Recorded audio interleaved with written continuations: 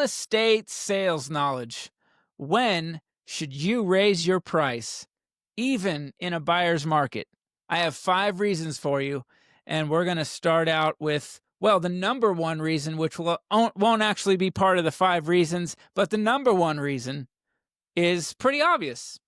It's because you think you can raise your price.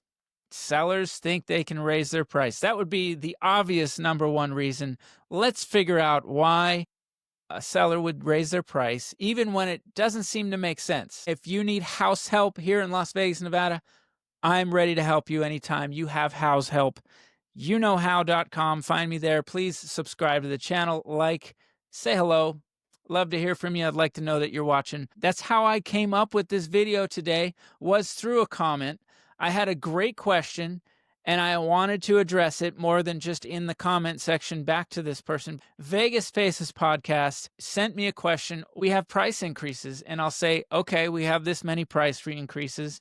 And even in a market like this, where mostly by vast majority you're seeing price decreases, you'll see some people increasing their price. And I always kind of just slide over it and say there are reasons why a seller will increase their price.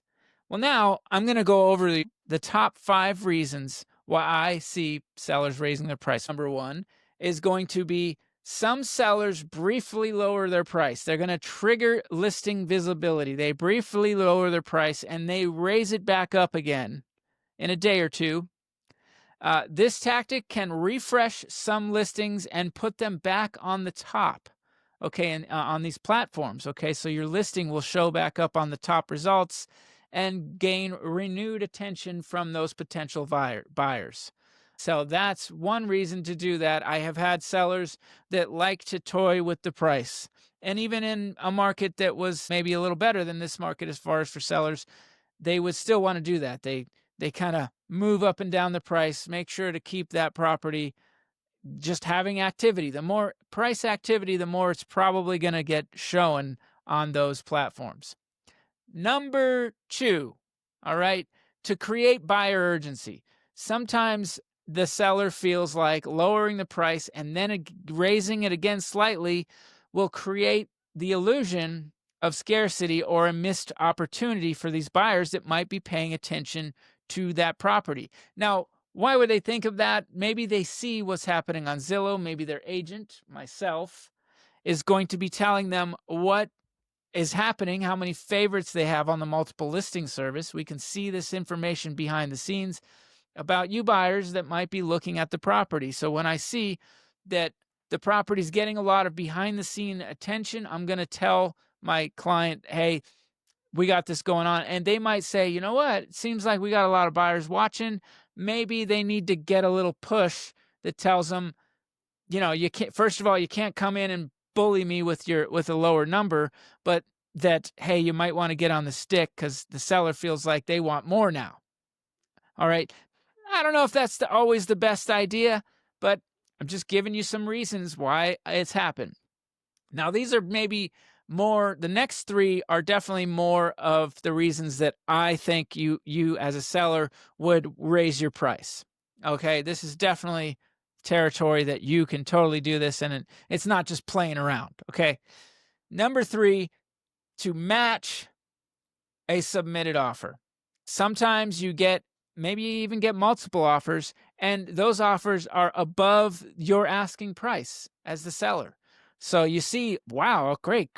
I have a good, strong offer here. It's better than even my asking price. And now you turn to your agent, you say, you know what? Let's raise the price to the price we have on this contract and see if somebody else will come along and give us that number while we're still negotiating in the background, or if there's some time in between accepting that offer, you just put the price up. Okay? That's a fine reason to do that. I don't know if it's necessary, but it is a reason to do that. And this way, you are encouraging the best offer possible to come through. And you're also letting know, hey, I'm actually asking for more now. So don't even waste my time and, come view the property unless you're ready to pay more than what I had it listed for. All right, so that's actually reasonable. Number 4, reacting to a buyer backout. So you got that buyer. The buyer came in at a higher contract value than your list price. The buyer falls out or backs out. But now you know whether you had multiple offers or it was just this one offer. And now you know that you had a higher sales contract. So sellers will feel like, you know what, that's what I expect now. That's what I want for this property. So I want to, when I have to put it back out on market, I'm going to raise the price. Okay, not always the smartest thing to do, but I can see why a seller would do that, especially if they got an offer very quickly off the blocks early on in the listing period. So if you got offers right away, you accepted one, it was higher than your list price, and that buyer happened to back out or drop out or fall out, then it might be reasonable to say, this seems to be what the market is. So I'm going to put my price at where I had that offer, or at least higher than what it was listed for. Now, this last one is definitely a reason to do this. Number 5, we have after a appraisal comes in on your property. Okay, so if you get whether you get your own appraisal on the property, which kind of tells me you don't trust your agent, but I understand. We all need to double check. Sometimes you want to have trust but verify on your mind, I guess. If a property appraises for more than your current list price and the deal falls apart, you know you have an appraisal on that value already. You have an appraised value. Oftentimes, seller will definitely use this as a justification to increase the price, even in a softer market like what we see now. Totally understandable. What you have in this market right now is that an appraisal is generally not a problem. You can get your appraisal. What you're having a harder time getting is your price. Okay?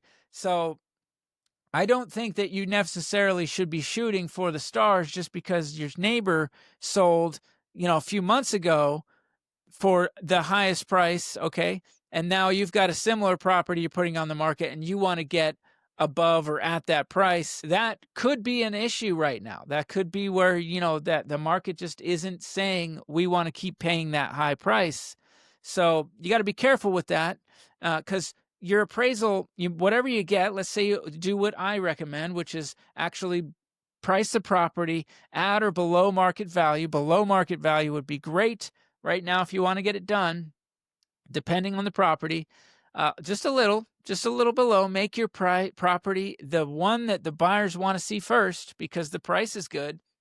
And then you're going to expect that you'll get that offer right. And then what's going to happen with the appraisal? The appraiser might say I've got the numbers to say this property's value is higher than what this contract value is. So some sellers go, whoa, wow, I missed out on money.